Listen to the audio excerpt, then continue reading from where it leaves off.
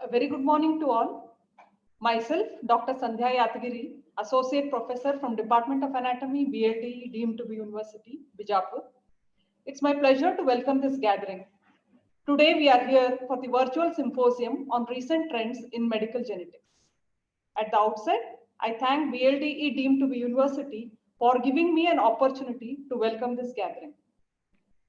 Firstly, I would like to welcome our Honorable Vice Chancellor, Dr. M.S. Biradar, BLDE deemed to be University, our Registrar, Dr. J.G. Ambekar, BLDE deemed to be University, our beloved Principal, Dr. Arvind Patil, Dean Faculty of Medicine, Vice Principal Academics, Dr. S.V. Patil, Coordinator for Webinar Series, Dr. Arun Inamdar, and Professor and Head Department of Anatomy, Dr. R.S. Bulagowda. Welcome you all, sir. I would warmly welcome today's speakers, Dr. G.S. Kadkol, Research Scientist, Human Genetic Lab, Department of Anatomy, BLDE deemed to be University. Dr. Bhushan Kulkarni, Assistant Professor, Department of Biotechnology, Mehsana Urban Institute of Sciences, Ganpat University, Gujarat. Dr. Whiteham Jada, co-founder, Gelatlas Inc., USA, and Dr. Vijay Arvind Yanagi, Research Scientist, 2nd, MRU Unit, Dimhans, Dharwad. I heartily welcome you all, sir. I would like to welcome all the delegates who have registered for the symposium. So now let us begin our session. Our first speaker is Dr. G.S. Kadkol. I would like to introduce him to all of you. Sir has completed his master's and PhD in human genetics from Karnataka University, Dharwad. He has worked on molecular characterization of SNCA gene in Parkinson's disease. He has 16 publications in international and national journals.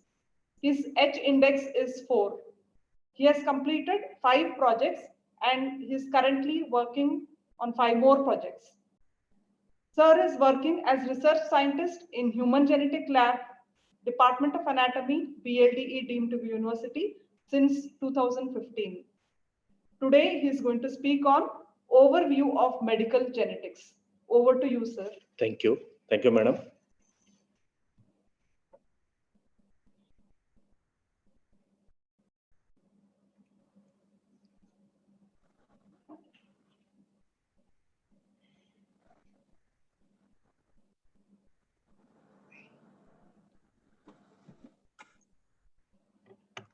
Good morning to everybody. Today I am going to talk on overview of medical genetics. Before that, the symposium, what we have given the theme is recent trends in medical genetics. All the colleagues who are going to speak on the other resource persons, those are all my classmates while we are doing BSc and MSc. It's one type of alumni and get together through this symposium. So let us start with our talk on overview of medical genetics. So as you have known, all of you, genetics is the branch of the science where you can see the transmission of the characters from one generation to another generation. That may be plants, animals, wherever. The genetics branch is huge and vast. So we have taken as a part where we are working on chromosomal aspects, molecular genetics in our laboratory. It has started on June 11,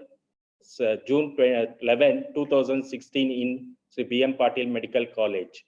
So that's why we have focused on what are the events, invention, what are the research is going on worldwide. So that's why we keep the theme on recent trends in medical genetics. When it comes to the definition part, that is application, what is medical genetics? Genetics, you know, transmission of the characters.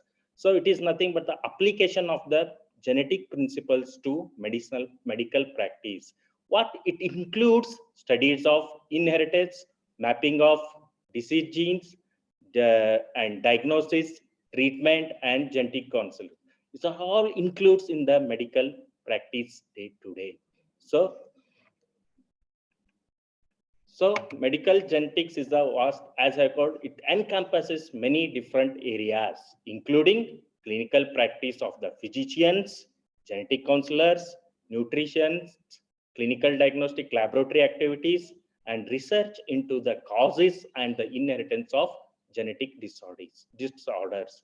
According to data on 2018, there are over 6,000 genetic disorders are there. So 6,000 genetic disorders. It is with respect to data of 2018. So these 6,000 genetic disorders we can categorize by the 4 types. First is single gene inheritance.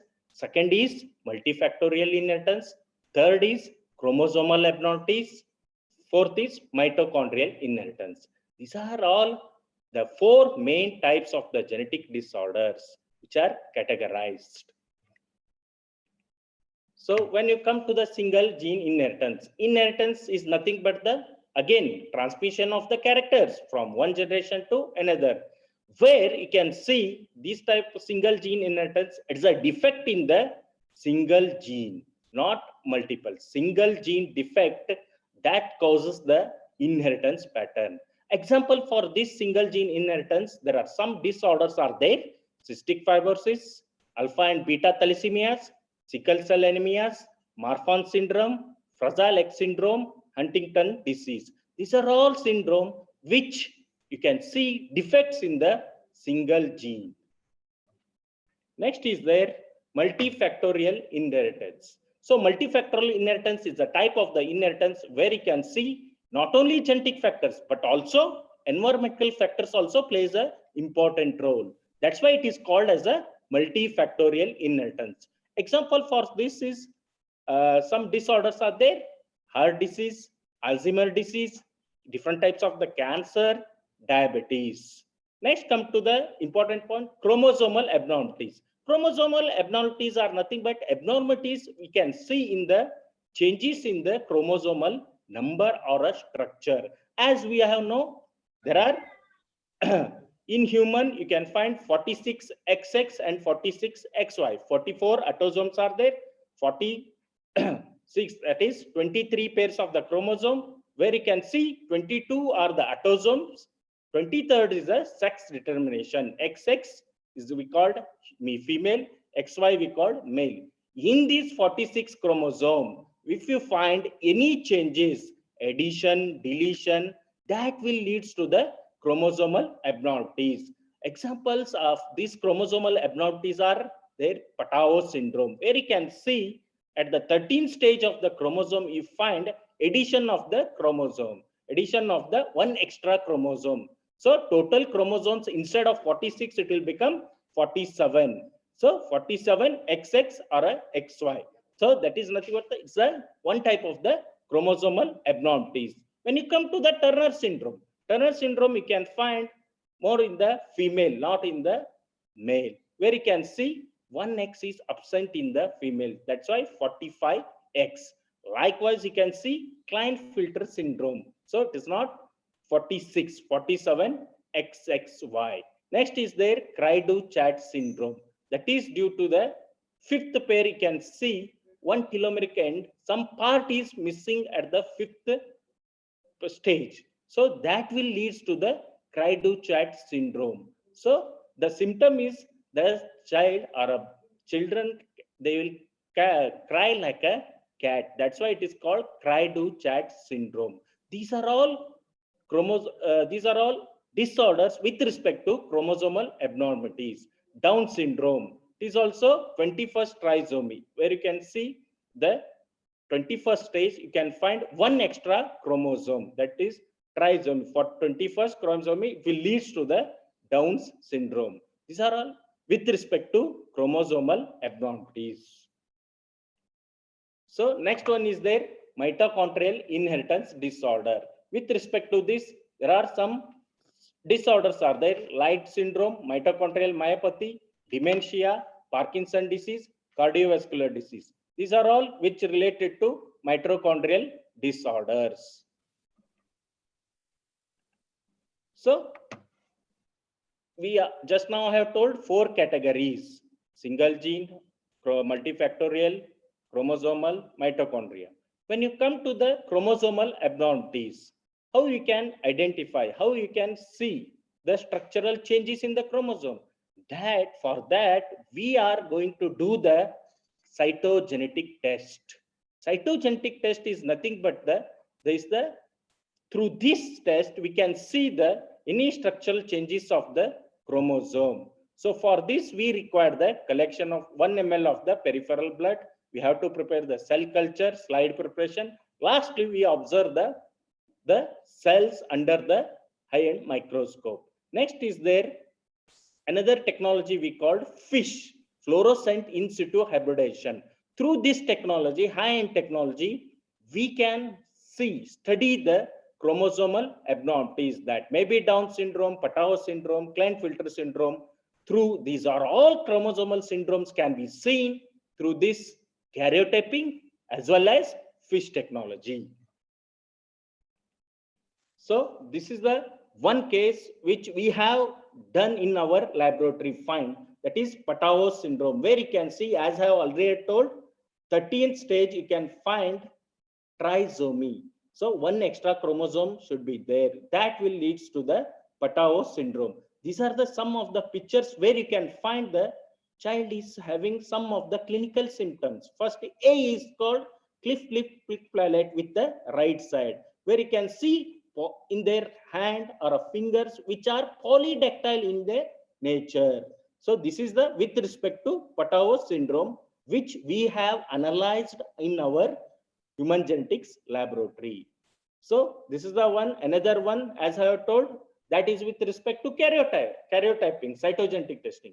This is with respect to fluorescent in situ hybridization analysis of the Down syndrome. As I have told, the 21st trisomy.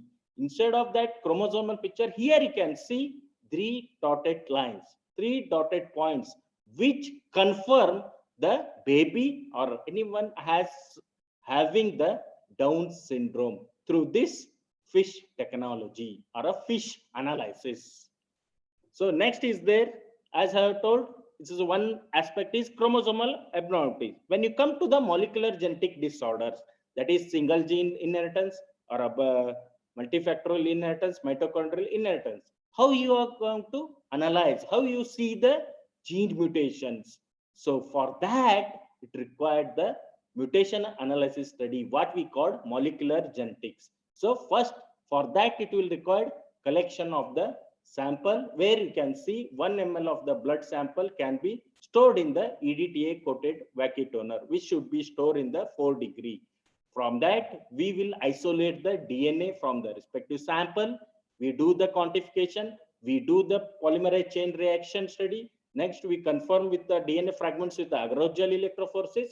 Last week, we subjected into the sequencing, where through this sequencing, we can see any mutation, point mutation or a deletion is there on our gene of interest.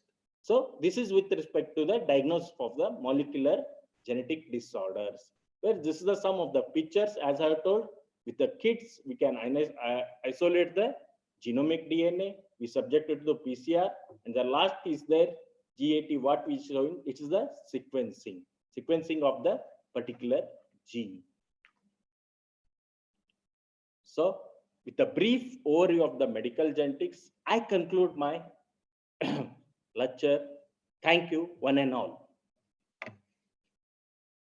Thank you, sir, for the brief introduction of the overview of the medical genetics.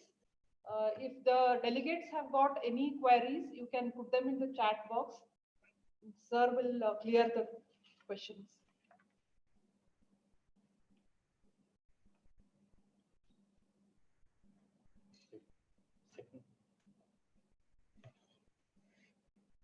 Where is it? Can we move on to the next? Okay. Now let us begin with the second session. Talk by Dr. Bhushan B Kulkarni. I would like to introduce him.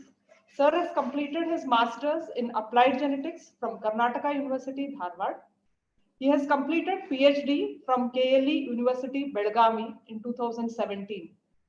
His research topic was on molecular studies on ENV gene of mouse mammary tumor virus in human breast cancer.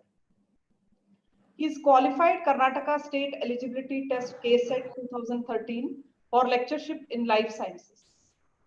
He has research experience of 13 years and teaching experience of 11 years. Sir has 20 research papers in international scientific journals. He has 114 citations, H index is 4 and I10 index is 3. Sir has submitted 7 nucleotide sequences to NCBI. He has co-authored 2 books and he was 3 times co-editor of proceedings with ISBN. He is the principal investigator of UGC minor research project entitled Molecular Biomarkers in Squamous Cell Carcinoma of Head and Neck Cancer in Karnataka. His research interests are in infectious etiology of cancer and molecular epidemiology. Presently, Sir is working as assistant professor in Department of Biotechnology at Faculty of Science, Mahsana Urban Institute of Sciences, Ganpat University, Gujarat. Today, he is speaking on cytogenetics for clinicians. Welcome you, sir. And I will hand over to Sir now. Over to you, sir. Thank you, madam, for the diligent introduction. May I, with the permission of the organizers, share my screen? Yes, yes.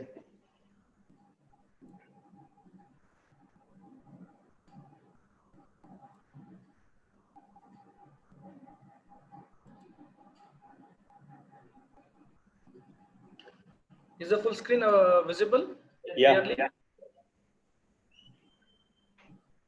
Okay, at the onset, I would like to thank the organizers, the BLE University Bijapur, Department of Anatomy, and in particular my beloved friend, Dr. G.S. Kadkod, for having me amongst you to discuss with you all a very interesting topic and a cutting edge technology used by clinicians all over the world, that is cytogenetics. And before we begin our discussion for this session, I would like to briefly sum up the talk which I would be presenting. So here I will be briefly talking you regarding the historical perspective which has shaped and designed the modern cytogenetics as we know it today. Further, I'll be speaking on classical genetics, cytogenetics, as well as the modern molecular cytogenetics, various tools, their applications, and finally I would be concluding with the future notion which holds in this field of cytogenetics. And I would also like to encourage my participants to feel free to raise their questions or any queries in the chat section. And if the participants concur with it, kindly type Y in your chat section so that the message which I have relayed is percolated amongst you.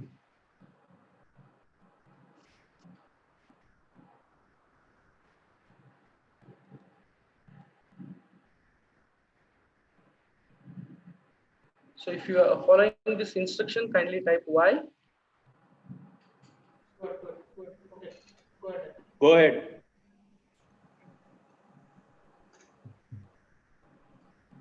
Doctor, go ahead. Okay, sure. Okay, on this affirmative notion, we shall start the topic at hand. And so to begin with, let's start with the basic fundamentals as to what exactly is this field of cytogenetics. So to put it in the most crudest perspective, cytogenetics essentially involves the study of cells that is in this case the human cells, which we examine under very powerful microscopes to understand the behavior of vehicles of heredity, that is nothing but the chromosomes, which would ultimately influence the pattern of heredity. To put in the simple perspective, cytogenetics is basically the study of inheritance in relation to structure and function of chromosomes. So this is all about cytogenetics. And now let's talk regarding the genesis of this branch of study of genetics, where we shall begin our discussion with trying to understand for the first time in the human history these two gentlemen, Wilhelm Hofmeister and Carl Nageli, were the first to observe the chromosomes under the microscope. They observed this in the pollen mother cells of the flowers of Tradescantia. But however, these two gentlemen did not carry out their work in detail so that their study could be well documented. Following this, a major breakthrough which was attributed to an Austrian cytogenetist, Walter Fleming. So he used aniline based dye to observe cells, and he could observe the chromatin network in the cells, which he has documented in his scientific journals. The images, the sketches drawn by Fleming are elucidated for your purpose. And following this great discovery, he is generally attributed as father of cytogenetics. Following this, in the subsequent years, Walter Hartz coined the term chromosomes, which essentially translates from Greek as colored bodies. So since these entities in the cell take up the dye and they can be visualized as bright objects under the microscope, hence the name chromosomes. So basically, chromosome structure, as we know, it is composed of a short arm which is called as P, which stands for patide, and a long arm Q and the centromere. And depending upon the position of the centromere, the chromosomes can be classified under 4 categories. And it was not until 1956 that we knew that what is the exact number of chromosomes present in humans. The irony is that we could decipher the structure of DNA in 1953 by Watson and Crick, but it took 3 more years to come up with the exact number of chromosomes that the human beings have. So the credit for this discovery goes to Joachim Shaw and Albert Lavin, who for the first time proved that humans, the diploid number of human chromosome in the cells is 46. This was a major event in the history of cytogenetics. So once we know the structure and the composition of chromosomes in the cells, let's try to understand the variations or aberrations which are commonly seen in chromosomes. So they can be broadly categorized as numerical and structural aberrations, where in numerical they can be further classified as euploidy and aneuploidy. So basically euploidy means wherein the entire set of chromosomes they alter. It's not with relation to just one chromosome, but the entire set is altered. So wherein you have different types, that is monoploidy, diploidy, and in polyploidy you have multiple types like triploidy, tetraploidy, mostly seen with respect to vegetation, that is in plants. And this is greatly harnessed for crop improvement. And with respect to aneuploidy, we have 2 further classification of hypoploidy and hyperploidy. With clinical perspective, these are very important. In hyperploidy, we have monosomy and allosomy. So in monosomy, with respect to two complementary chromosomes, one is missing in an individual in a cell, and in nulliploidy, both the complementary chromosomes are missing. And with respect to hyperploidy, that is addition of a chromosome, you have a trisomy or tetrasomy. In trisomy, there is a copy of a chromosome apart from the homologs, and in tetrasomy there are two copies of additional chromosomes. And with respect to structural alterations which are generally seen in chromosomes, we have translocation, which can be further classified into reciprocal and Robertsonian. Inversions, which are paracentric and pericentrics, these depend upon the involvement of centrosome. And deletions, insertions, and formation of isochromosomes. So like I already told, when the exact copy number of chromosomes was discovered way back in 1956, so this opened up the floodgates to associate these changes which I mentioned in the previous slide with human clinical abnormalities. So people would now know what is the normal number of chromosomes which is present in a normal individual, and what would happen if there is an additional chromosome, or if a deletion of chromosome, or if there is a structural alteration. So we could now associate the chromosomal aberrations with clinical conditions. For your perusal, the things which are elucidated, like an additional copy of chromosome number 21 would result in Down syndrome. Likewise, if in a female there is only one X chromosome, that is monosomy of X in case of females, would result in Turner syndrome. And with respect to structural aberrations, a well documented structural aberration is Philadelphia chromosome, wherein there is a translocation between the chromosomes, and this is generally associated with chronic myeloid leukemia. So only once we were able to know the exact number of chromosomes, could we associate the changes in number of chromosomes with various clinical manifestations. Let's briefly discuss the classical cytogenetics.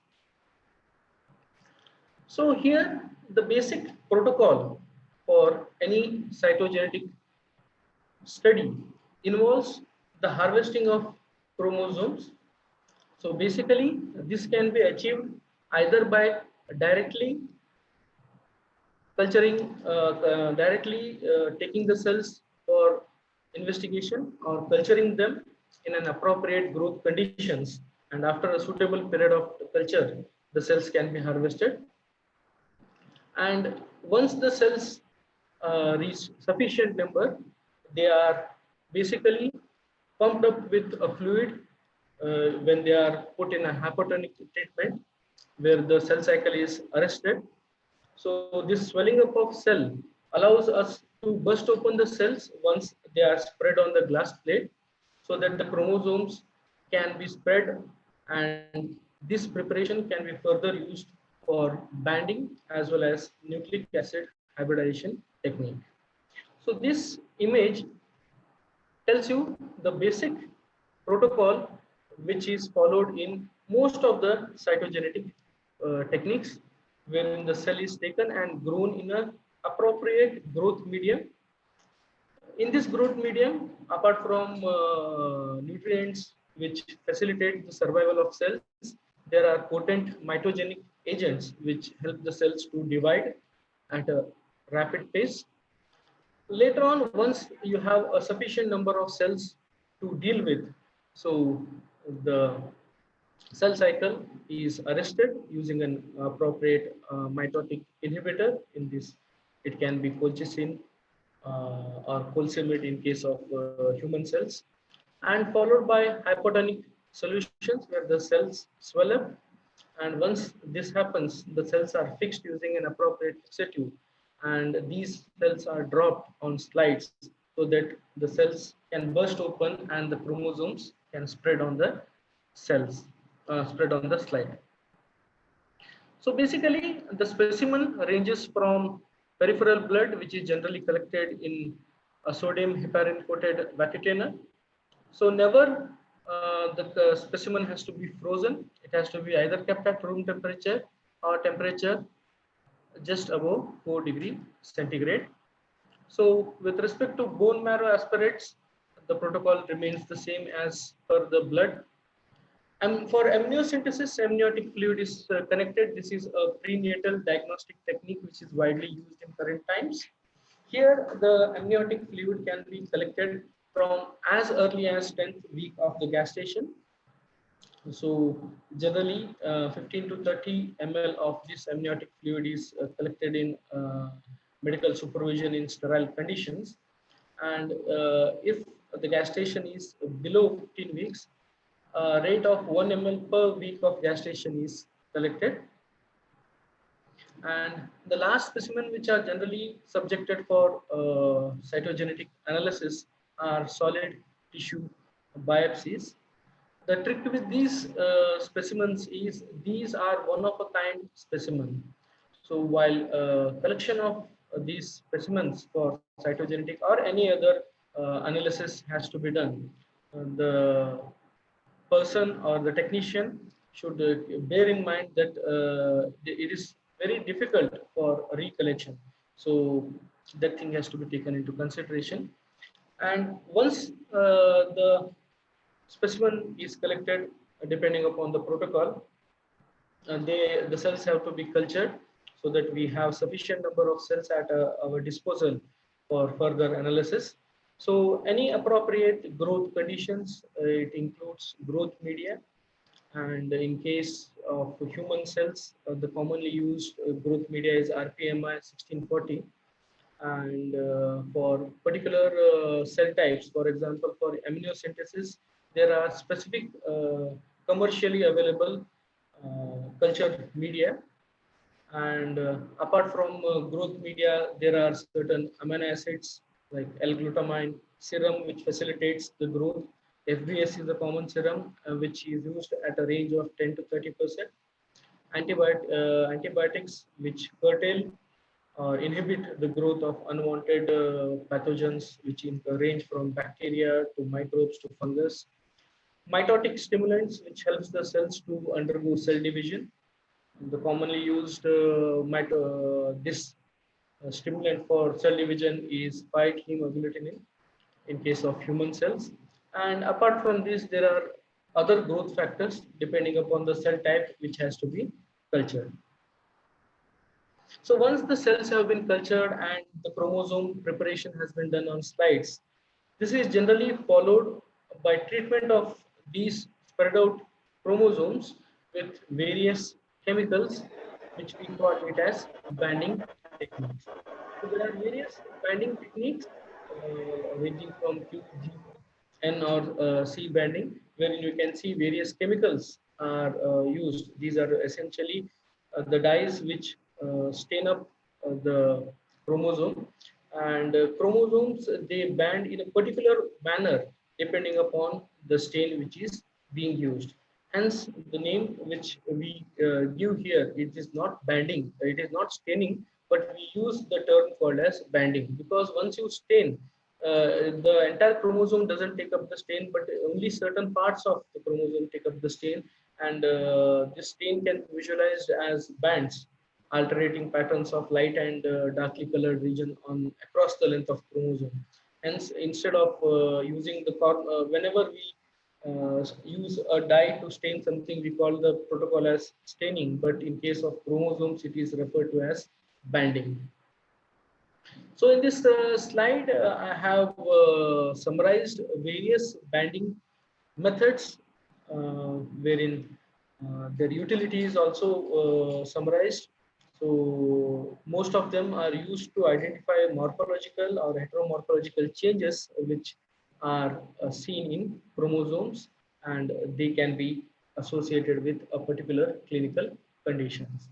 So based upon the banding type or the chemical which is used for banding, you can see the chromosome take up these stains in a particular manner, and the same chromosomes, they will appear in a differently colored format depending upon the banding which has depending upon the dye which has been applied to the chromosome. You can see Jimsa banding pattern and Q banding pattern are quite contrasting and contrary to each other. So, and individual chromosome has a which enables cytogenetics to note for any structural or numerical abbreviations associated with chromosomes. So this basic banding, which we consider as conventional cytogenetics, is an indispensable tool in clinical diagnosis. So wherein the change in number, size, as well as the position of centromere can be noticed by the alteration of dark and light bands in the chromosome with compared with a standard reference. In particular, G, Q, and R bandings are used to detect chromosomal aberrations, which include inherited genetic changes as well as cancers. The most commonly specimen used for these studies in classical cytogenetics is generally the peripheral blood. And however, in current times, prenatal diagnosis is done using amniotic fluid as well as chorionic villus samples to detect the chromosomal aberrations, which may lead to certain undesirable inherited characteristics so that the pregnancy can be terminated well in time. So these are generally used. So in the next slide, I have the basic protocol for amniosynthesis as well as chorionic villi sample. So amniosynthesis is generally performed in the 15th week, whereas just 5 weeks prior you can even perform chorionic villus sample. So the blood, the sample is collected and grown in appropriate growth conditions, and the karyotyping is done and examined for any chromosomal alterations. It can be either numerical or structural. Apart from this clinical applications in the associating the chromosomal changes with certain clinical disorders, this cytogenetic approach also helps us to map genes. So basically, mapping of genes on chromosome means conferring a particular region of chromosome wherein a particular gene may be present. So the first instance of using cytogenetics for mapping of a particular gene, it dates back to 1968, where scientist or cytogeneticist Roger Dunhan. So he used this to associate a particular phenotype, which we call it as Duffy blood group, to a locus on chromosome. So you can see here the 22 autosomes and the 2 allosomes and major genes which have been mapped across the length of all these chromosomes. So again, thanks to cytogenetic approaches, that the mapping of genes can be done. And this was an indispensable asset for the greatly acclaimed Human Genome Project, wherein the entire length of our genome has been deciphered. So, if not for this mapping of genes on chromosomes, the deciphering of the entire human genome would have been a tedious task. Now, let's shift the gears and discuss the molecular cytogenetics or the modern cytogenetics. So these classical cytogenetic banding patterns, they had their own inherent lacunae or limitations, and to overcome these lacunae, modern cytogenetics developed molecular approaches to study the chromosomes in much more detail. So the advent of new technologies like the fluorescence in situ hybridization, which is abbreviated as FISH, the spectral karyotyping, SKY, or multicolor or multiplex fish, and comparative genomic hybridization. So these three are the modern or molecular cytogenetic tools which are used in conjugation with the traditional cytogenetic tools, and they provide better resolution or better clarity in understanding the alterations of chromosomes present in the cells. So the first technology which I would like to discuss is fluorescent in situ hybridization. So here, basically what happens is, as the name suggests, so a fluorescence activity can be observed at the site of hybridization. So this technology was developed way back in 1986. And here what happens, a specific fragment of DNA, which is complementary to a region of DNA of our interest. So it can be either a particular gene or a length of chromosome. So we are interested to study this fragment of DNA in our genome. And what we do is we take a DNA which is complementary to the region of our interest, and this DNA is conjugated with certain fluorochromes, which under appropriate conditions would emit fluorescence. And later on, the denaturation of the genomic DNA is done in suitable conditions. That is generally by heating it and treatment with formamide. So later on, what happens? The probe which we have designed along with the specific fluorochromes, it, as the nature of DNA, that is complementarity, it hybridizes to the region of our interest, and under appropriate conditions, the fluorescence can be detected in a fluorescent microscope. So depending upon the frequency and intensity of this fluorescence, we can infer whether the particular gene of our interest or the particular fragment of the DNA which we are interested to study upon, whether it is present in abundant number or it is present in multiple copies, or whether there is a deletion in the particular fragment of DNA, can be inferred using this technology. So here, the earlier speaker, he mentioned, this is the outcome of fish, wherein you can see the normal fish of an male. You can see the X chromosome is marked as green, the Y as red, and the 18 chromosome is marked in teal color. So likewise, a normal fish of an individual with 2 copies of 21 chromosome as well as 2 copies of 13 chromosome. But however, individuals suffering from Down syndrome, they have an additional copy of the chromosome number 21.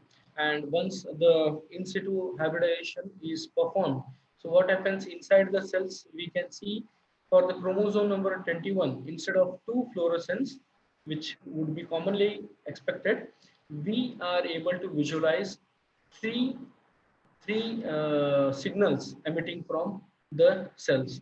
So this confers that instead of 2 copies of chromosome number 21, the particular cell under investigation has 3 copies of 21 chromosome, and ultimately the inference drawn from this is the specimen from a particular individual suffers from the Down's syndrome.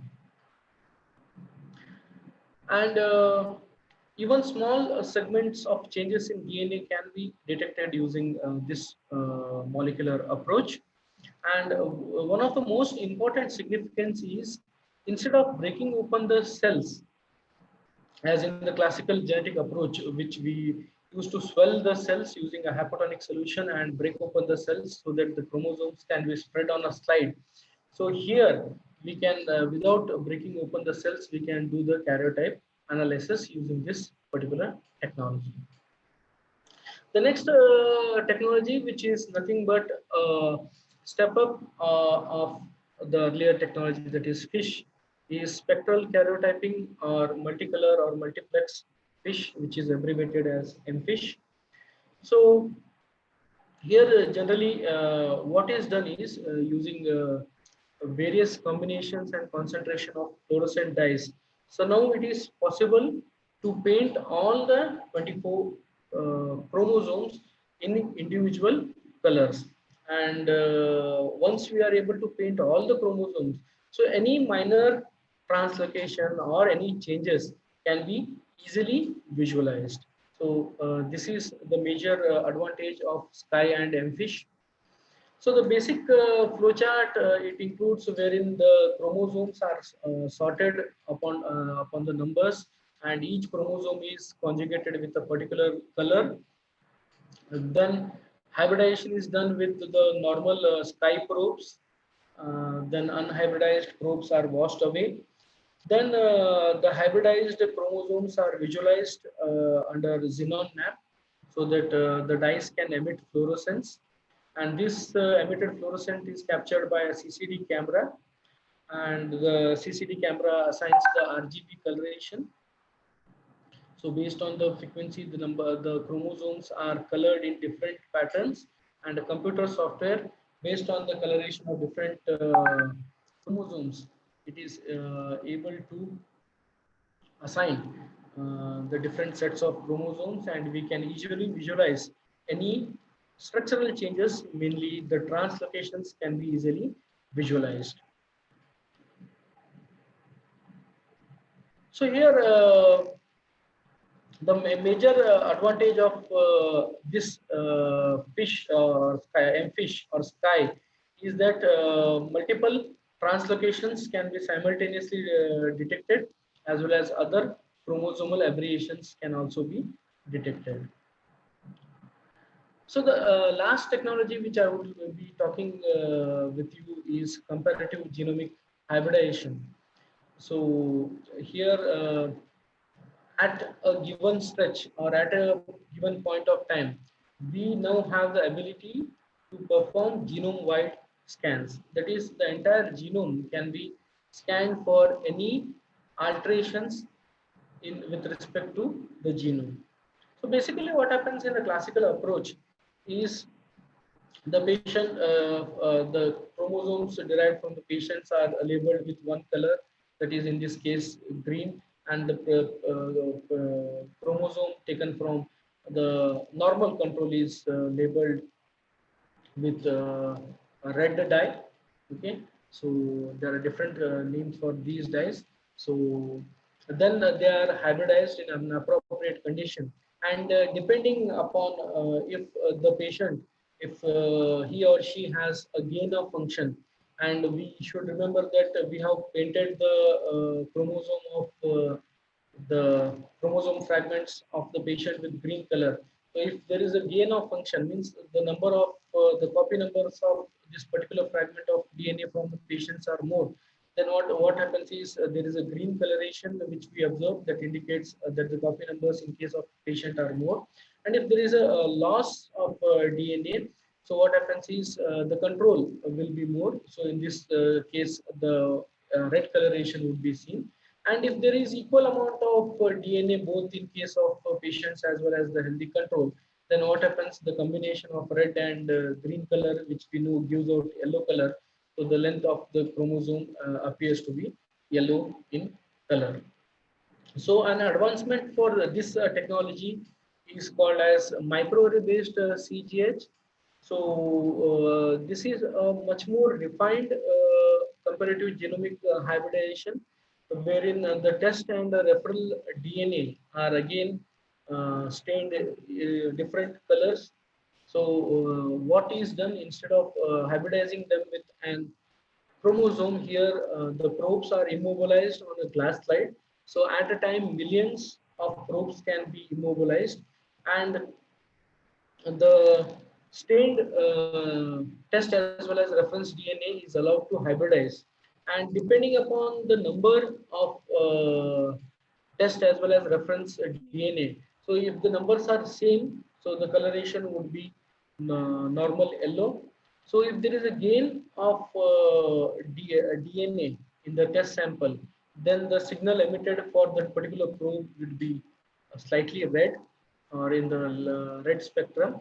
And if there is a loss of DNA or DNA fragment in the test DNA, so gradually the number of the reference DNA would, binding to the probe would be more, and the emission would be much more in the greener spectrum. So by observing the color intensity and in which spectrum they are, we can easily come to an inference as to whether there is a loss of DNA or gain of DNA, and it can be attributed to a particular clinical condition.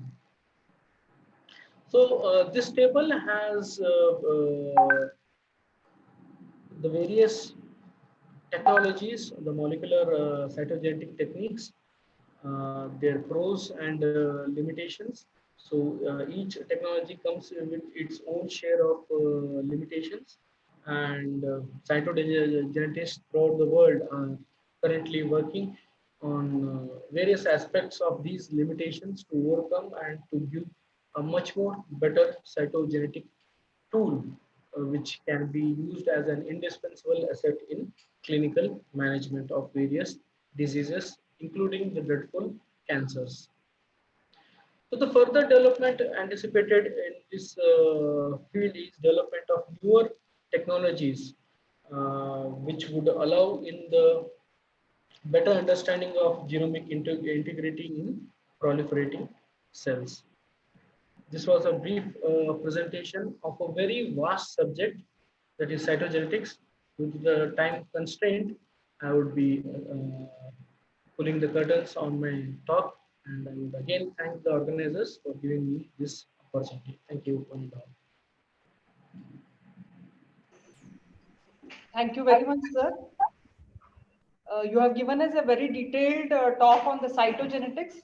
I hope all the delegates also have gained more information about the existing knowledge on cytogenetics.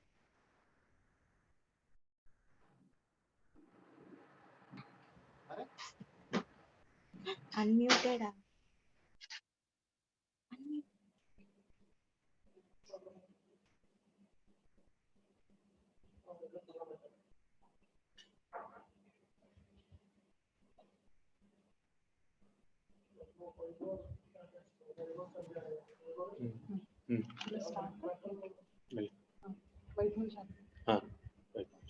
We'll move on to the third session.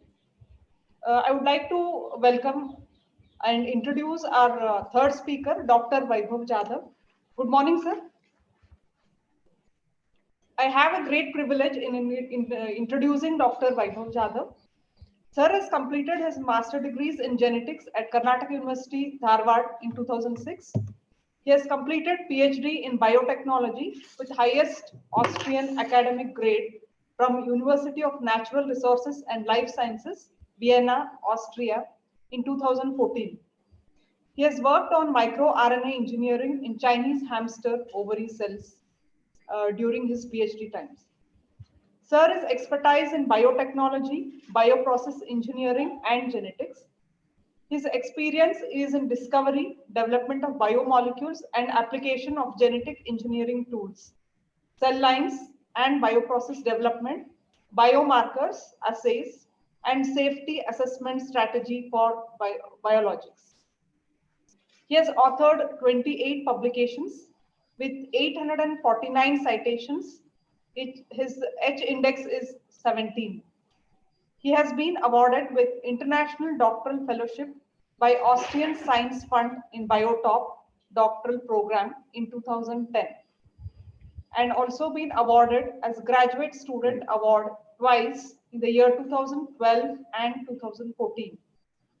He is currently the co-founder, Zelatlas Inc. USA. And one more interesting point is, Sir is planning to establish branch in India in early mid 2021. So we are hoping that you come here as early as possible, sir. With this, sir, I will hand over this to sir for his talk. So can you hear everyone? Yeah. Yes. Yes. Yeah, okay. Thank you. Thank you for the nice introduction. Yeah, myself, Vaibhav Zadha, and it gives me immense pleasure that today I will give my views on the topic, which is molecular diagnostics, applications of molecular diagnostics, and how that in turn drive the precision medicine field. On the outset, I would I'm also an alumni of BLD. I finished my QC education at KCP Science College way back in 2000. Post that, I moved to Karnataka University, where I finished genetics along with Nandish. We were both the classmates. So currently, I'm directing product development and as a co-founder at Zelatlas Inc., which is a corporation spin-off startup biotech company from collaboration between the Rockefeller and the Columbia University and myself. In the company, what we are trying to do is produce clinical transcriptomic products, which is based on the single cell sequencing data sets. So today, I will give a brief overview about how the molecular diagnostics. So the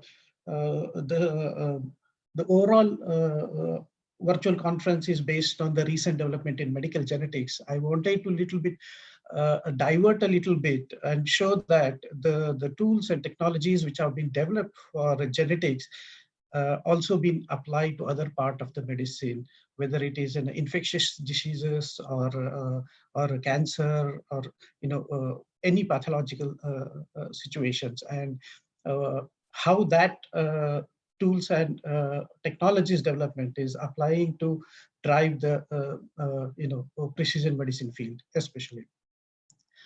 So in my talk, I will go over a little a short introduction about the field, what technologies we have in the molecular diagnostic field, and applications of those diagnostic tool, giving certain examples like how we can do screening of HPV and diagnostics of cystic fibrosis, not going into the technical details, but how those are applied in the clinical settings.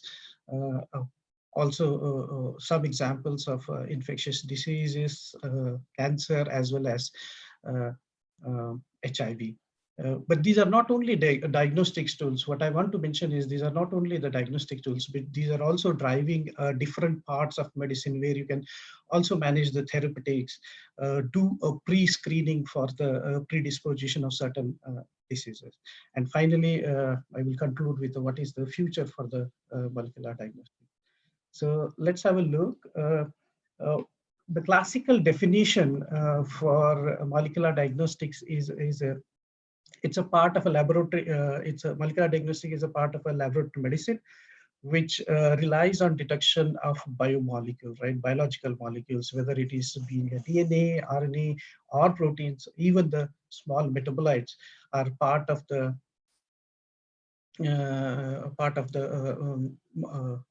detection molecules, right? And the genetic information which you gather from these techniques can drive or deliver the precision health or the precisely given a treatment to the patients. And the advances, especially in the molecular, these techniques have been a key drivers to understand really good genetics, which increases the precision, as I told earlier. Also, quite quickly we can determine the causality or the progress of the disease or how the treatment is responding, which can lead to a reduced cost in the treatment or treatment process. These molecular diagnostic tests are along with the traditional in vitro diagnostic tests like imaging or serological test can serve physicians better understand the disease, etiology, pathogenesis, and diagnosis, and treat proper within a proper proper prognosis.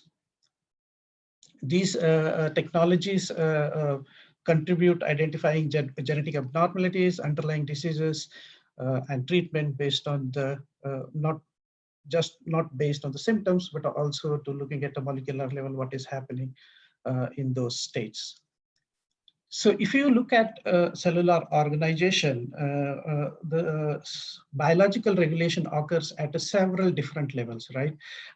Starting from your blueprint, which is a genome sequence, which in turn can regulated by a genetic structure as well as the chromatin organizations, which in turn regulate the transcription regulation, which is the formation of mRNA.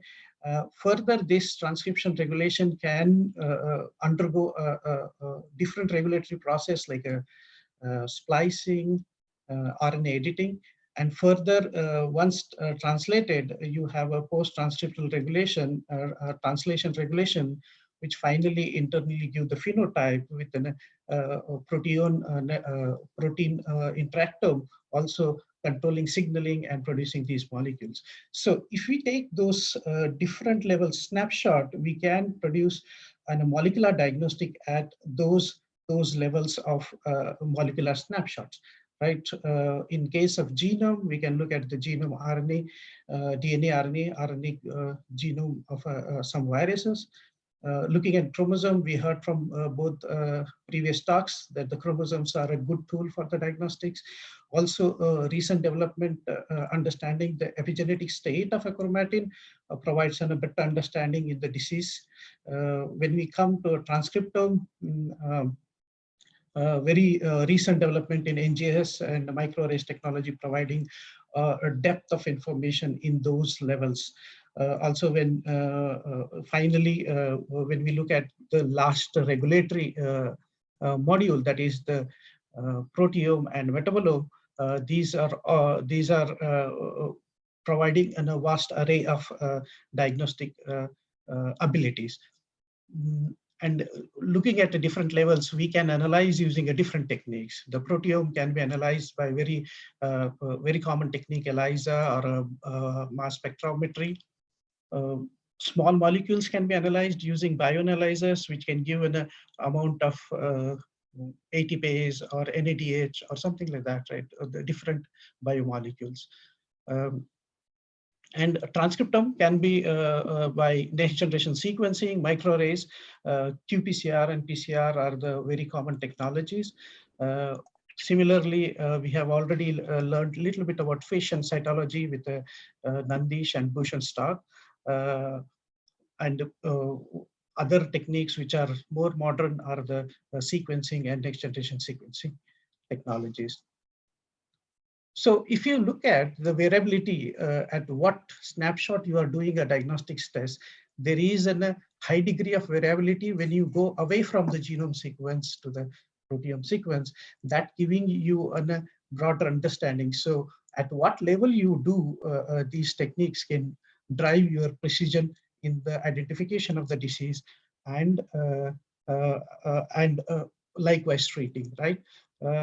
But also the cost, the variability might be higher, but the tests are much cheaper at the level of protein or the bioanalyzer.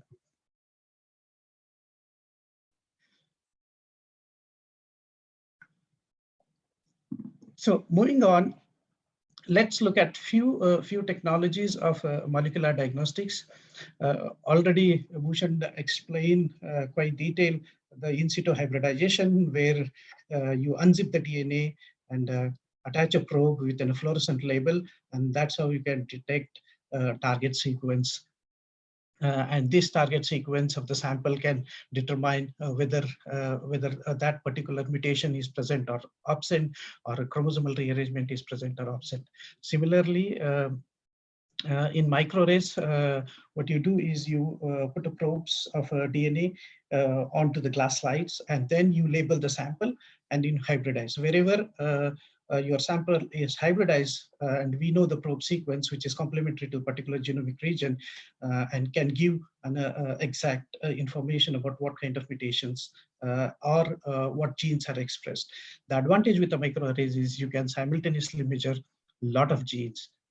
Also, like a copy number variations and things like that can be very precisely measured. The next technique is based on the proteomics, which is mass spectrometry. What you do is it's mostly this technology is used in early biomarker discoveries, right? Protein-based biomarker discoveries, mostly as a research tool, because it's expensive and technologically difficult to implement in the clinical settings. But we see nowadays this has been used quite a lot in the even the clinical settings.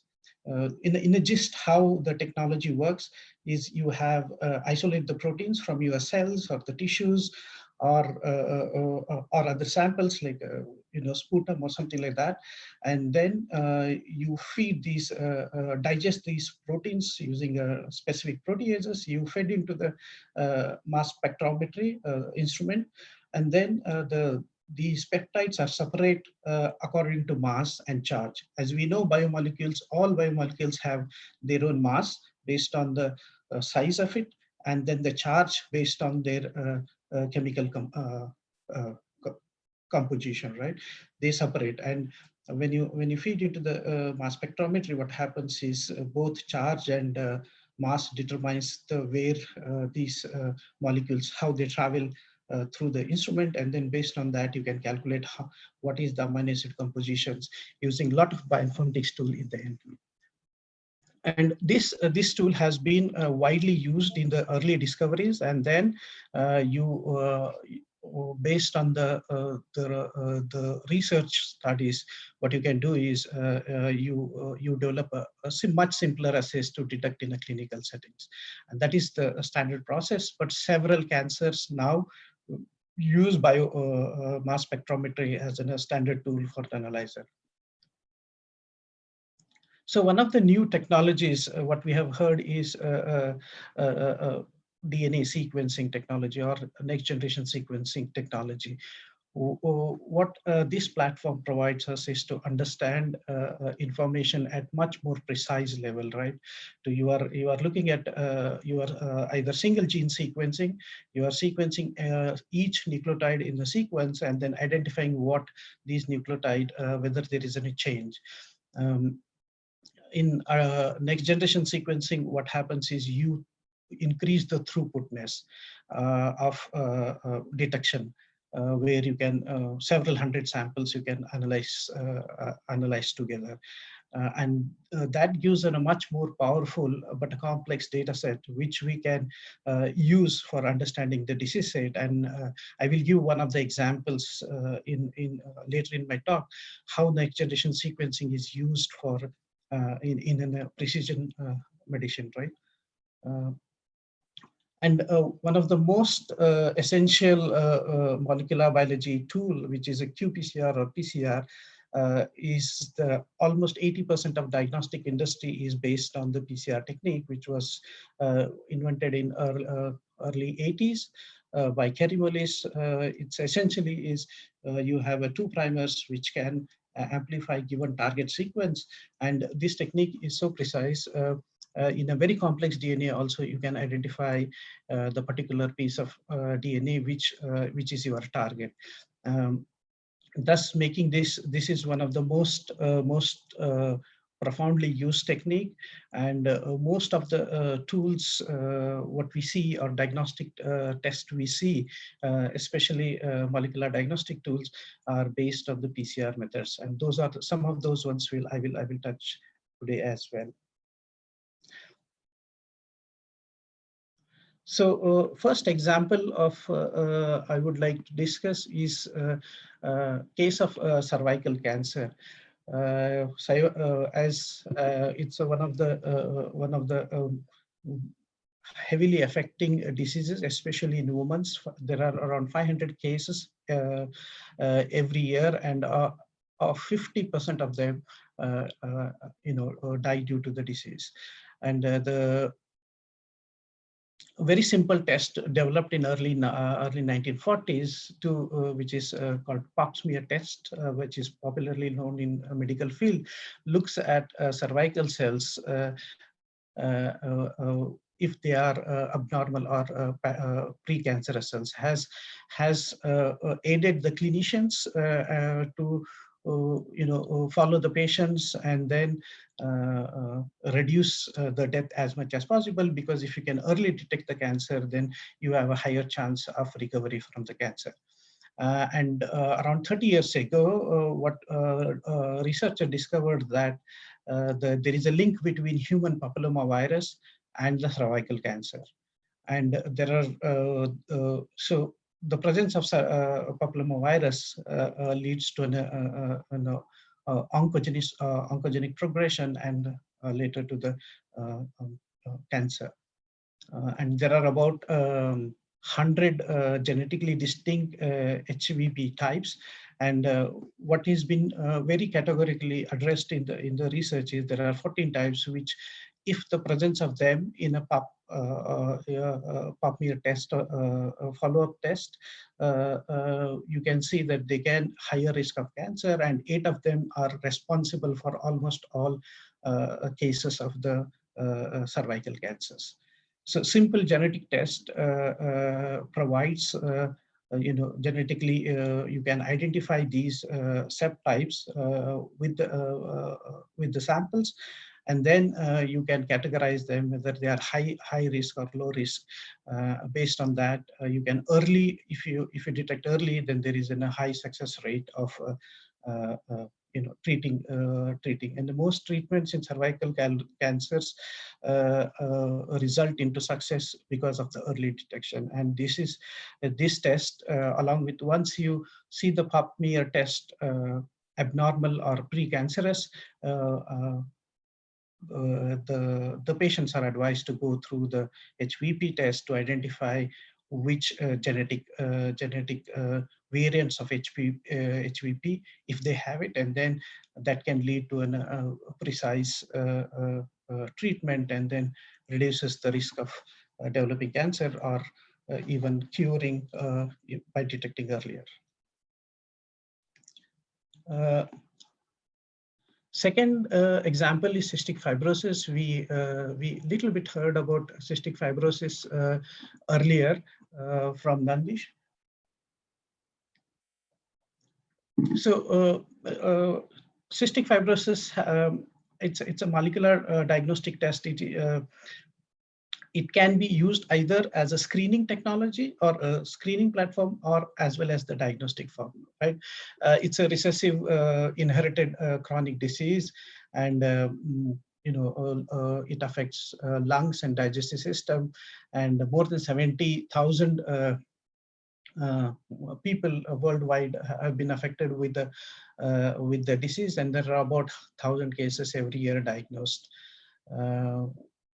We know that the cause of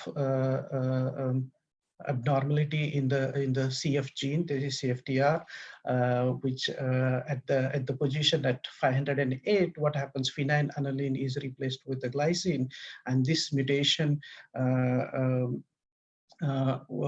interferes with a proper functioning of calcium movement, and leading to an cystic fibrosis classical symptoms, right? Those symptoms being in a buildup of mucus in the lung, pancreas, and organs of the body. So this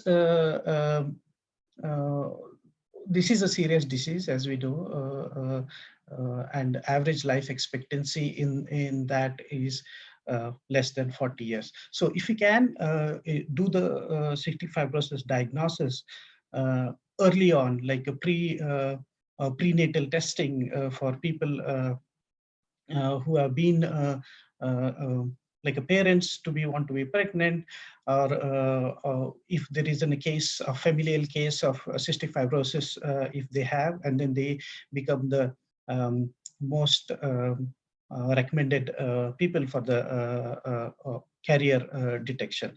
So you that can be part of the diagnostic test. And there are now we can test for almost 23 mutations, different types of mutations, and for people who have a familial case of cystic fibrosis. This is the one test is an example of molecular diagnostic, which classified as both screening as a diagnostic, because after the birth of the child, you can also detect whether the child is a carrier or the homozygous mutant and develop the disease. So care can be given based on the results, right? So one of the examples of diagnostics I wanted to discuss about the pathogenesis or the infectious diseases. One of the most common infection diseases is to detect the chlamydia and gonorrhea, which is a sexually transmitted disease.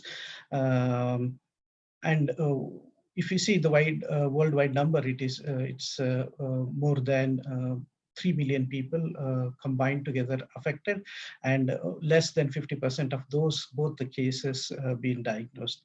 So the advantage of a molecular diagnostic test, there are classical gonorrhea and chlamydia microbiological tests are available, but the advanced advantage of molecular diagnostics test is you can detect in a single test whether there is both organisms are present or either one of them is present, and that gives a much more powerful insight into the infection. And recently, what we have seen, there is a rapid test which takes about 90 minutes, and it provides very accurate and quick results, so that helps in the immediate diagnosis and ensuring the appropriate follow-up of the disease. So how the molecular diagnosis now can be used in the therapeutic decision making, right? So I take example of cancer in general, not a colon cancer, but in general as a cancer, where we know now, we have a lot of data now that the same therapy cannot be applied to all the individuals. Or when you apply the similar therapy, people have a different effects. Some people have a positive effect, some people have don't effect, and some of them have an adverse effect. So what drives this? Because cancer, as we know, is a complex disease. It is a multifactorial, multi-mutant disease, depending on what type of cancer you have. And each cancer has so much of variation among the individuals, because environment and their development is also contribute towards the disease progression, right? Exposure to the chemicals and things like that, radiation, chemicals, things like that. So molecular diagnostic is helping into identify. Hello, sorry. Hello, can you hear me? Yeah. Yeah. Okay. So molecular diagnostics can help us to identify the variants among the genetic variant among the patient samples, and then treat them accordingly, or to make a decision, help in decision making, what kind of treatment can be given.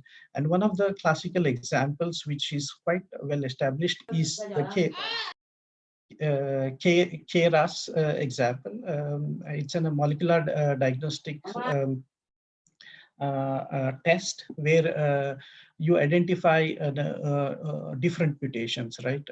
For example, certain type of mutations have a susceptibility to the certain type of therapies. For example, anti-EGFR, the epidermal growth factor drugs like cetuximab and pintumab are the more common therapies used in the cancers. But certain type of mutations, patients fail to respond to these therapies, and sometimes they have adverse effect.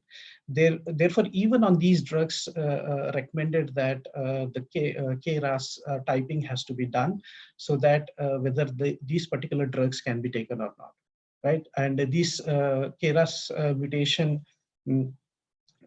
typically perform this from the metastatic colon as well as the lung cancer via direct DNA sequencing. There are several techniques now because it is well established. So you can do either with a DNA sequencing, PCR, or microarray based. There are several platforms available, but to get those type mutation is essential for going through what kind of treatment you want to.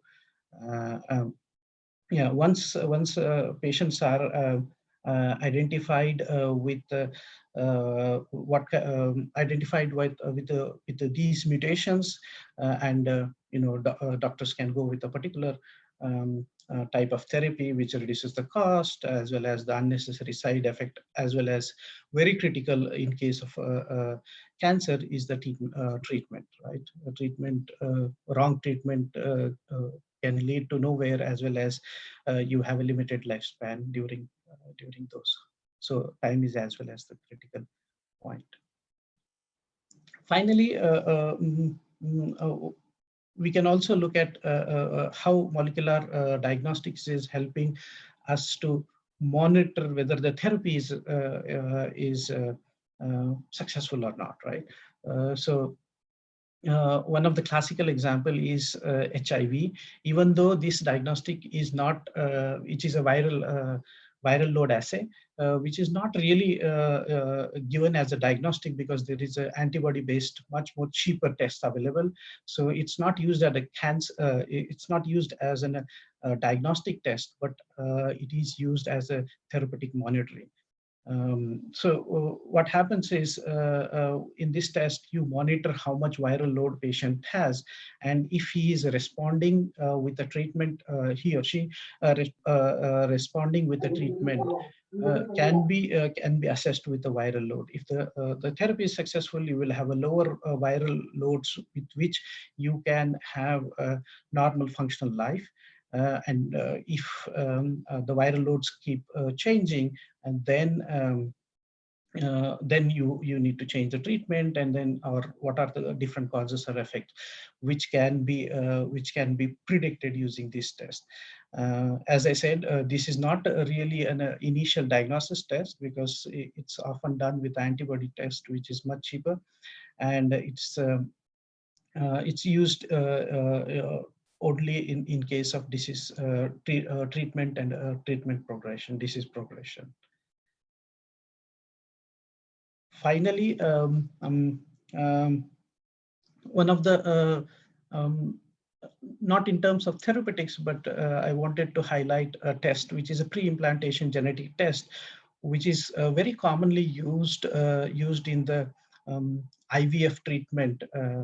Couples wanted to have a child, and this test is one of the modern tests which gives a higher chance, right? So the problem is when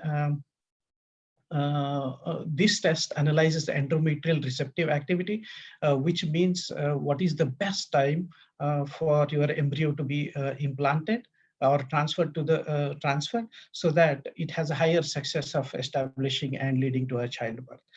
And there is a company in Spain, iGenomics, which developed NGS, the next generation sequencing based test. What they do is they look at around 300 genes expression, and they have modeled these expression pattern into analyzing whether the particular woman is receptive or not. Not only that, but also to if if she is receptive, what would be the ideal time? Because based on those expression pattern, we can model the receptiveness. So this is the first example of how these next generation technologies can be used, sequencing technologies can be used to personalize the embryo transfer. So this is very particular to a particular individual, right? And with that data, you can synchronize the embryo transfer and higher success rate in the childbirth. And it is been prominently used, especially cases where you have several previous failures, and quite commonly recommended tests. Yeah, it's based on. So with this, I hope I provided an overview of not only as a classical medical genetics, where diseases are caused by genetic mutations, how you can detect them, but also looking at a different aspects of biology, different snapshots of biology can give us an information about how you can diagnose, do a risk assessment, screen, diagnose, or what kind of therapy need to be given, or the progress, monitor the progress. So in the end, I would say that in recent year, it has been unmistakably a trend towards the precision health, broad, all-encompassing approaches that uses the innovation in technology, especially with a next generation sequencing, bioinformatics, which actually enhances the disease prevention and diagnosis, of course, the treatment and monitoring as well. These molecular approaches now are quite instrumental, I think, in a lot of clinical settings, and will go on in becoming more and more prominent in the next years. With that, I once again thank the organizers giving me a chance to give some views on the topic. It's a very broad topic. There are several hundred thousands of tests are available nowadays, but to give a wide variety how those tests are applied in medicine, especially targeting towards the precision medicine, and everyone to be safe in this COVID time. Thank you. And let me know if you have any questions, any technical details about any of those. I'm happy to answer. Questions here.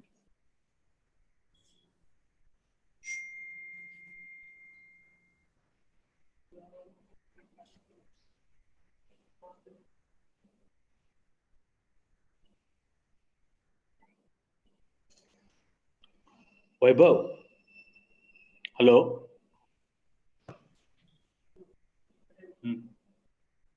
Vaibhav, Yes. can you? Yeah. Can you? Yeah. Yeah, Here yeah. it is. One madam has asked one question. Yeah. Yeah. In case of rare disease like Patau Syndrome or Olier disease, if a clinician is suspecting it, should we go for NGS or a whole genome sequencing or suspecting genes only? So it depends on that disease, right? One of the things is to look at what tests are available for a particular disease, and based on that, because whole genome sequence is cheaper nowadays. It's around $1,000, but it is very technically challenging to interpret the data, right? That's the disadvantage of it. In case of rare diseases, I think nowadays, especially what I know from Institute of Genomics and Integrative Biology, Delhi, they have been working really a lot on these rare diseases, and they have developed simple diagnostic tests for that, like a simple, if the cause is an gene mutation, I would say that still the single gene sequencing would be more efficient than the whole genome sequence, because whole genome sequence has its own caveats. Thank you. Does that answer? Yeah. Another one is that, hello? Mm-hmm. Yeah. Another one is there. They have a case of suspected Noonan syndrome. It's a rare one. Mm-hmm. So, which is the best test to do that? to identify that Noonan syndrome? Noonan test. So I'm not really a disease expert per se. So what I would recommend is to look for which tests are available. There are a registry for genetic disorder test in India. There is an Indian genetic disorder database, something like that. There is one available. There is also from NIH, there is an international DNA diagnostic data set. So you can look for what kind of tests are done, and preferably those tests should be used because those are the validated tests for that particular disease. And I know that for the field of rare diseases, it is really difficult. You have to really work with genetic labs. I would recommend in India, you collaborate with the Institute of Genomics and Integrative Biology, which is working a lot on these rare diseases and developing diagnostic for that. Thank you. Thank you very much, sir. Jada, sir. You have enriched us with the detailed knowledge about applications of molecular diagnostic and precision medicine. I hope most of the delegates have taken advantage of this session. Thank you, sir. We'll move on to the fourth session. Dr. Vijay Arvind Yanagi. Good morning, sir. Very good morning, ma'am, and very good morning to everybody present in the webinar. I would like to introduce sir to all the delegates. Sir has completed his master's in applied genetics in 2006 from Karnataka University, Harvard. He has completed PhD from University of Milan, Italy in 2013. His thesis topic was generation of transgenic high IgE producer mice to elucidate the role of IgE in tumor surveillance.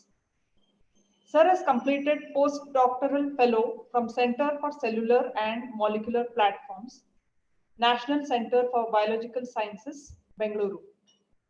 He was postdoctoral fellow and consultant in Novozymes South Asia Private Limited, Bengaluru. His technical expertise in molecular biology, techniques, immunology, cell culture, biomass applications, veterinary techniques, patents, tech scouting, enzyme application technology, industry, food and agriculture. His broad area of specialization in cancer biology, stem cell therapy, metagenomics. He has various publications in international and national journals. Presently, Sir is the research scientist, second multidisciplinary research unit, DIMHANS, Harvard. Welcome you for the session, sir. He is going to speak on genetics in psychiatry. Over to sir. Thank you, ma'am. Firstly, I would like to congratulate all the speakers before to me for giving us a wonderful talk. And also, I take this opportunity to thank the organizers for having me here. Coming to the topic, so I'll just share my screen.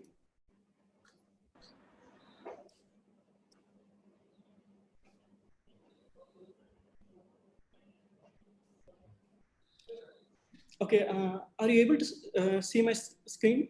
Yeah. Okay. So basically, myself is Vijay again. So I'm a research scientist in the Harvard Institute of Mental Health and Neurosciences, and I've been here since almost 3 years now.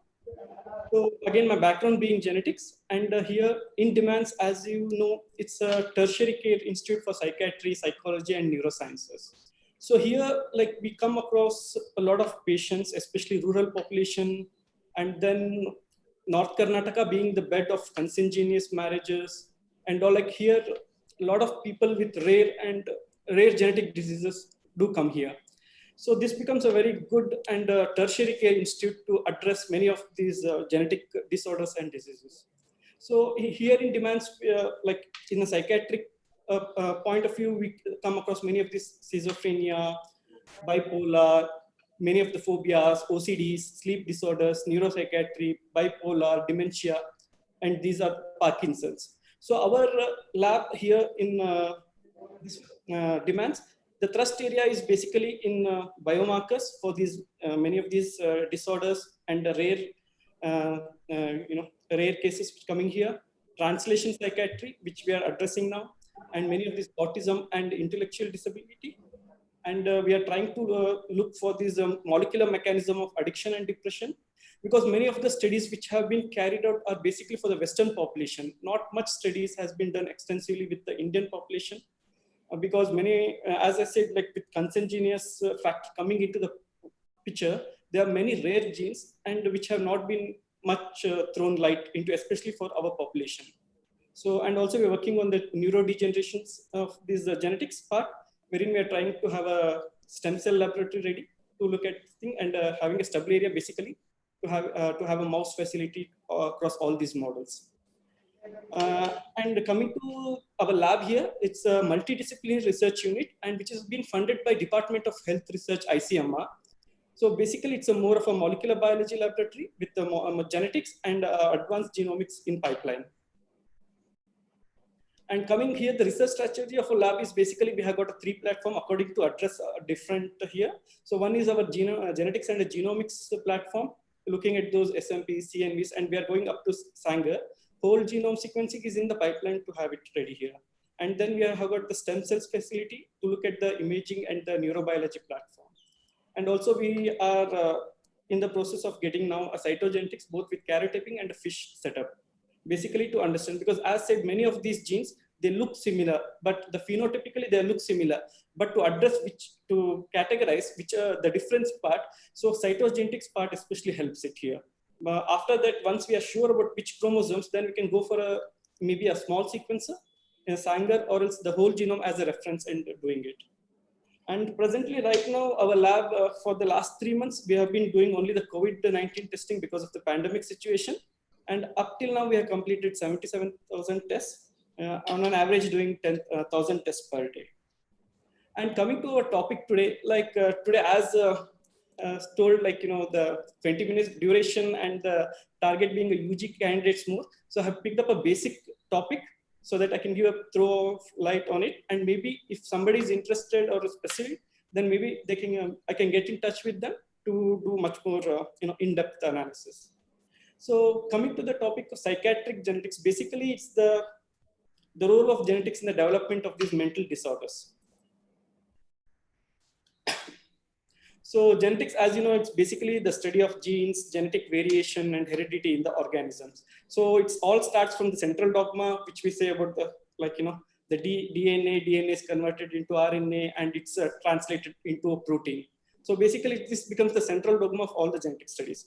So again, coming to the basic point is the chromosomes. As we know, we do a chromosome, it's we address it like chromosomes, the nomenclature, like in the disease, everything is mentioned if there is a mutation or something. So just to give a brief thing, like the chromosomes is basically 2 arm, a small arm, P arm, and a bigger one, the Q one, basically the basic thing. So it is basically if a chromosome 12 is there and a third band is there, then it becomes a 12P3 or a 12Q5 in case of a long arm. So basically, many of these genetic studies, when we talk about disorders or something, the mutation is the major role which comes into when we talk about initially basic part.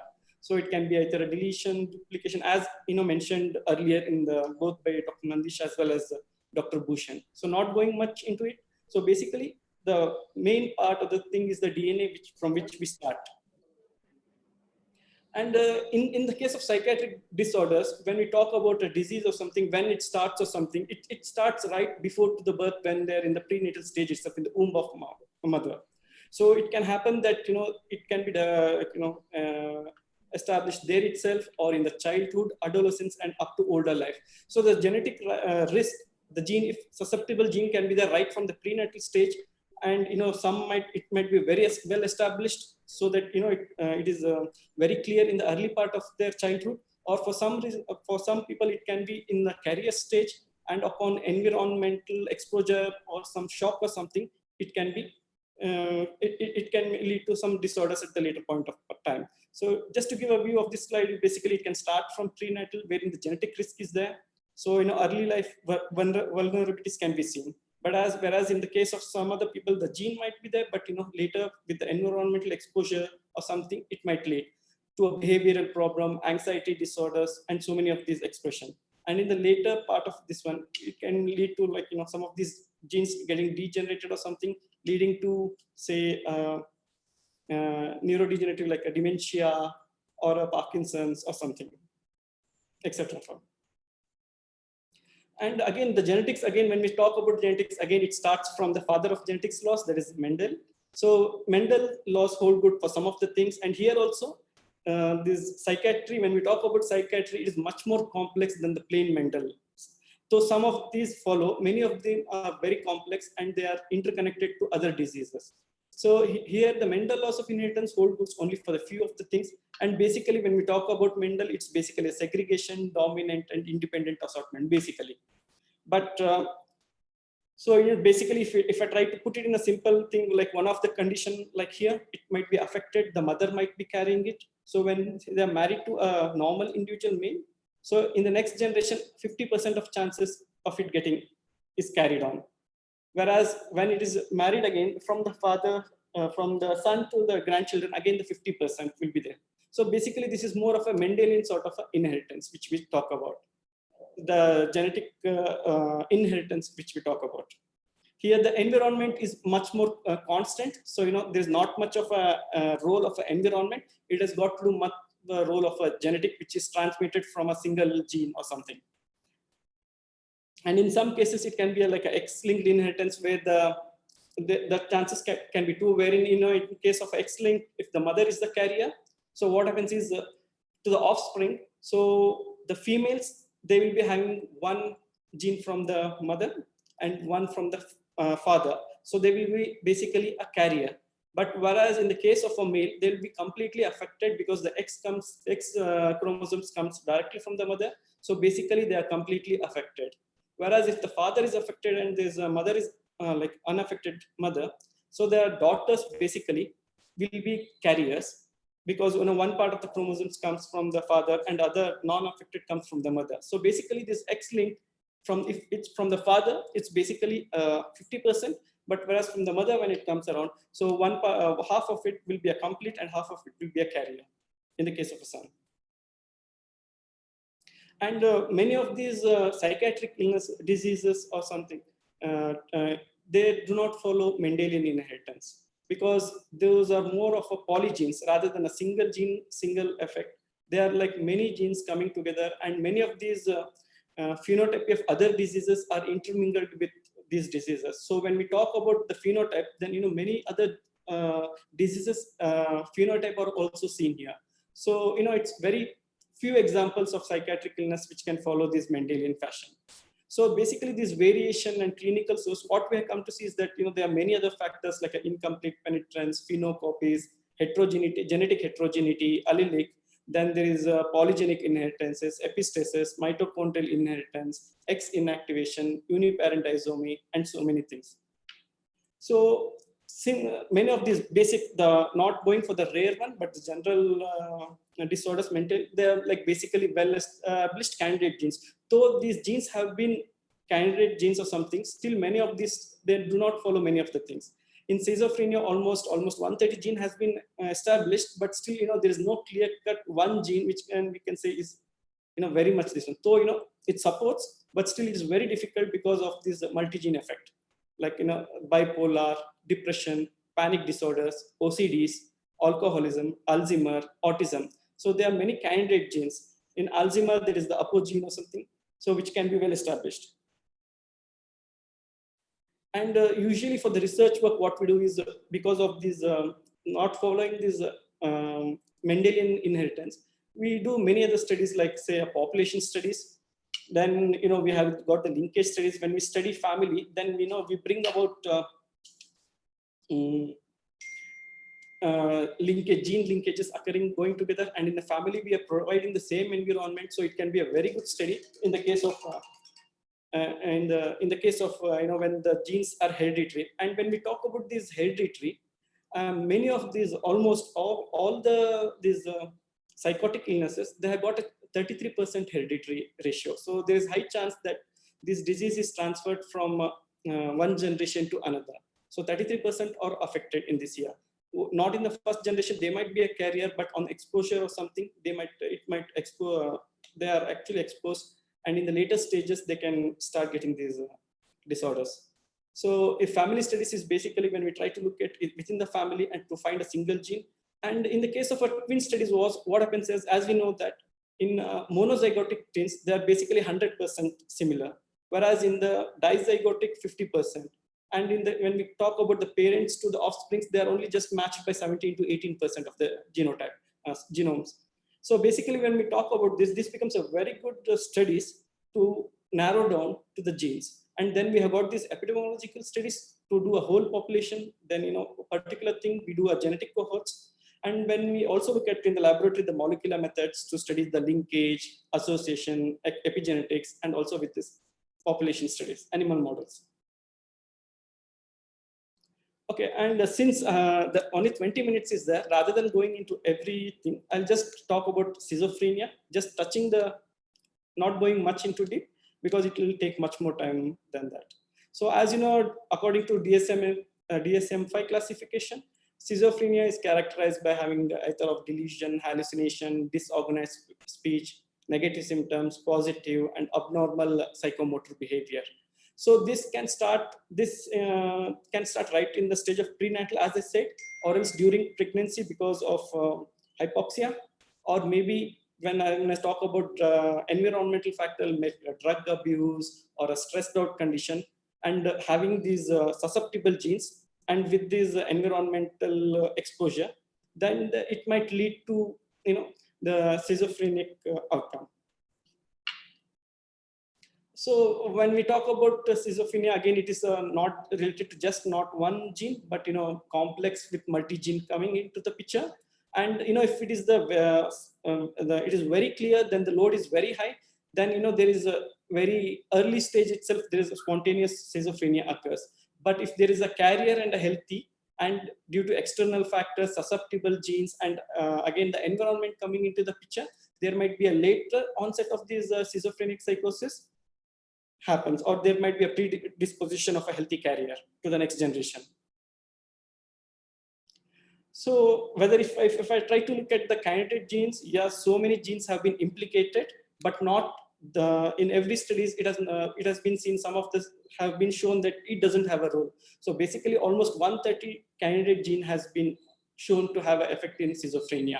But when we look at again whether it is only for schizophrenia, and there are many studies which have shown that not only one in schizophrenia, it can be also in the bipolar, and in other psychosis also the same gene has been implicated. So it is very difficult to implicate only one gene to schizophrenia. And also when I said that the genetic component of schizophrenia, as you can see in the bottom part of the left bottom part of the graph, so only the monozygotic twins are 100% gene shared, and that too 48%. No person, like no twins also can share the 100% concordant with the genetic matter. The parents might be 6. The siblings, first degree relatives, basically will be 17 to 18%, whereas in the second degree it can go up to 2% to 6%, whereas in a random population the chances might be as low as 1%, but it's still a very good thing. So when we talk about this one, schizophrenia alone, then we also come into the picture like endophenotype concept. So as talked before by esteemed colleague, so it is basically, we know that not just one drug can have a role. It can either be effective or non-effective. So a single drug to a population when we talk about might have, might be effective or non-effective. So this brings into the picture of a concept of endophenotype. So endophenotype, again, it is heritable, and it co-segregate with the psychiatric illness. So it usually we see it in the case of a psychiatric illness here. So, and what we see that is that this disease is not found basically in the non-affected family. So basically it runs in the family itself. So what happens is that we actually see endophenotype, the phenotype which is common in this particular thing.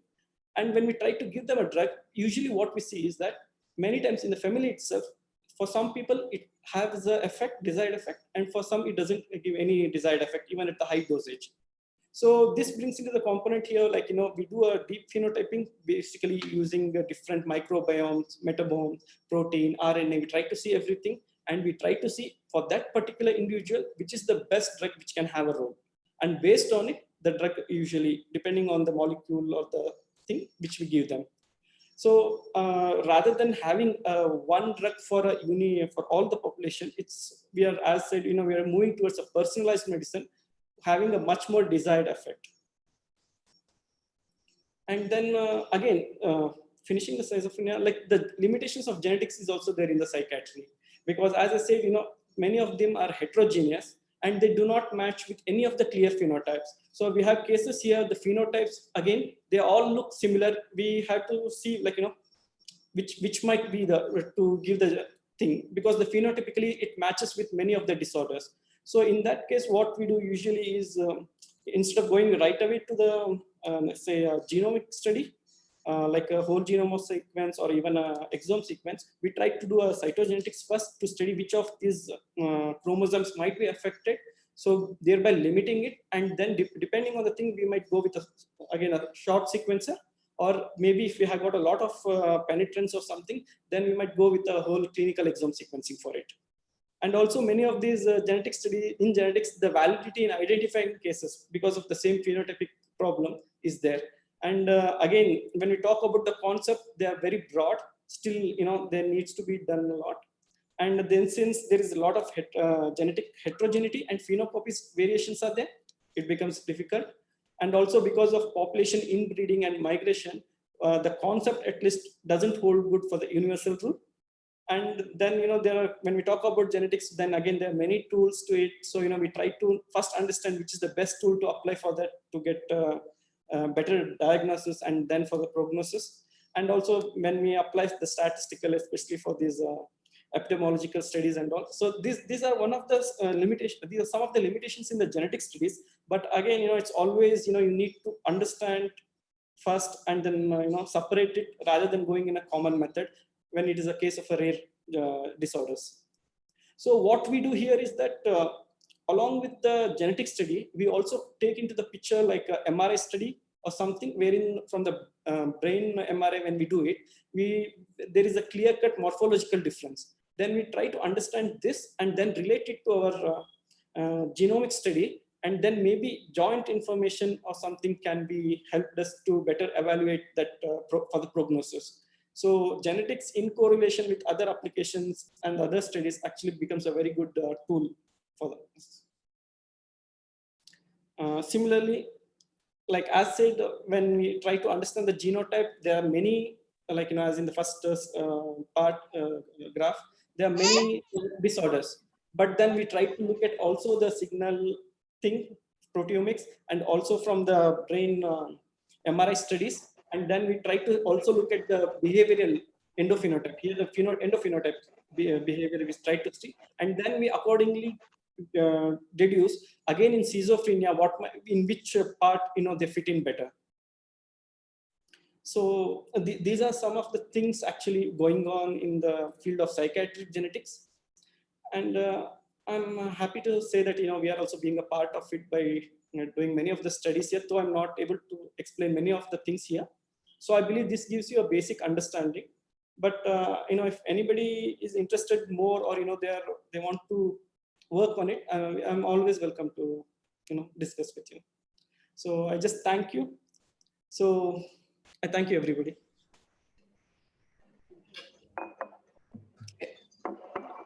Thank you, sir.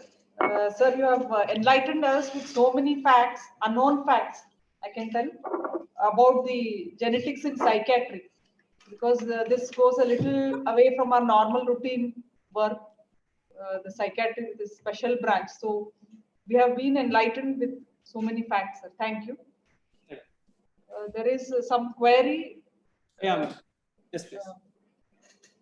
Are there? Whiteham Jada.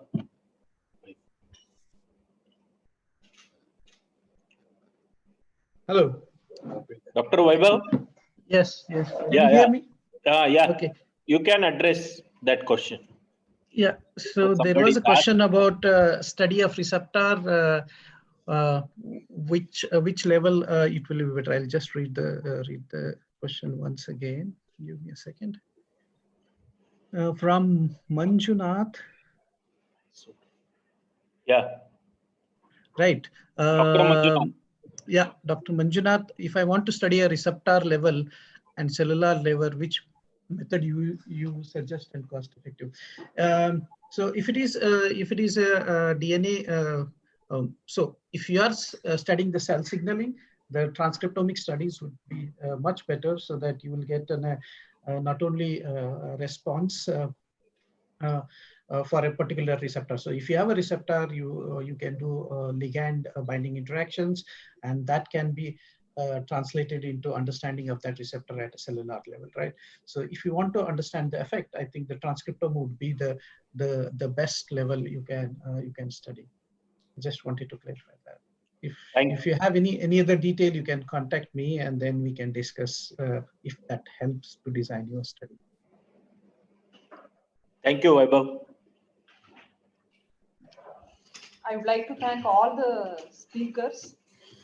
At the end, I would like to request Dr. B.S. Patil, Assistant Professor from Department of Anatomy, BLD University, to propose vote of thanks. Thank you, Madam. Honorable Vice Chancellor, Dr. M.S. Biradar, sir. Respected Dean, Faculty of Medicine, Dr. Arvind Patil, sir. Respected speakers and delegates. It's my privilege to have been asked to propose a vote of thanks on this occasion. I would like to take this opportunity to place on the record our heartily thanks to our Honorable Vice Chancellor, BLD Deemed to be University, Dr. M.S. Biradar, sir, for encouraging to organize the event.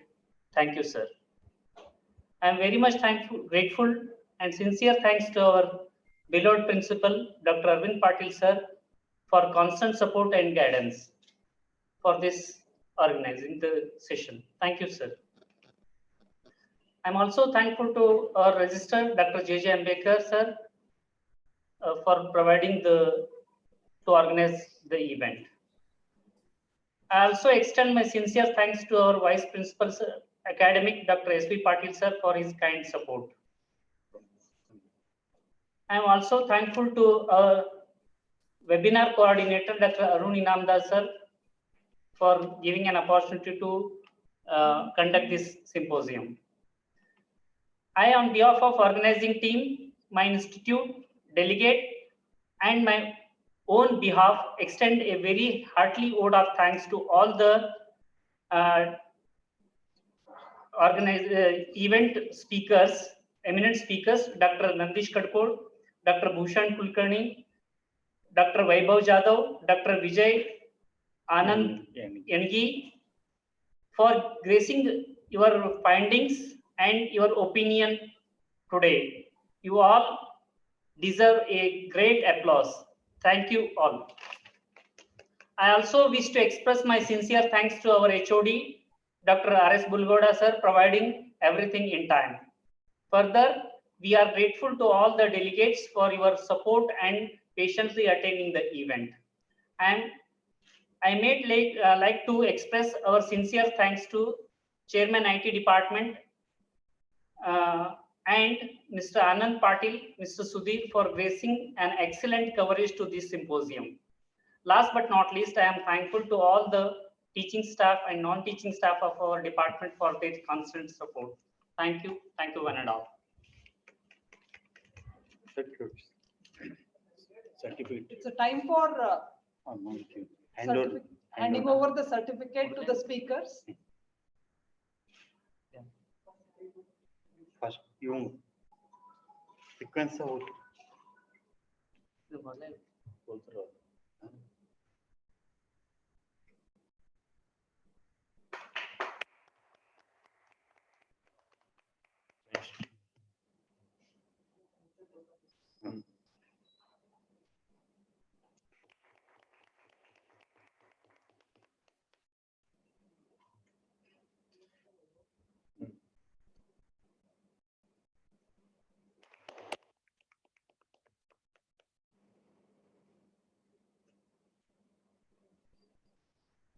Vijay.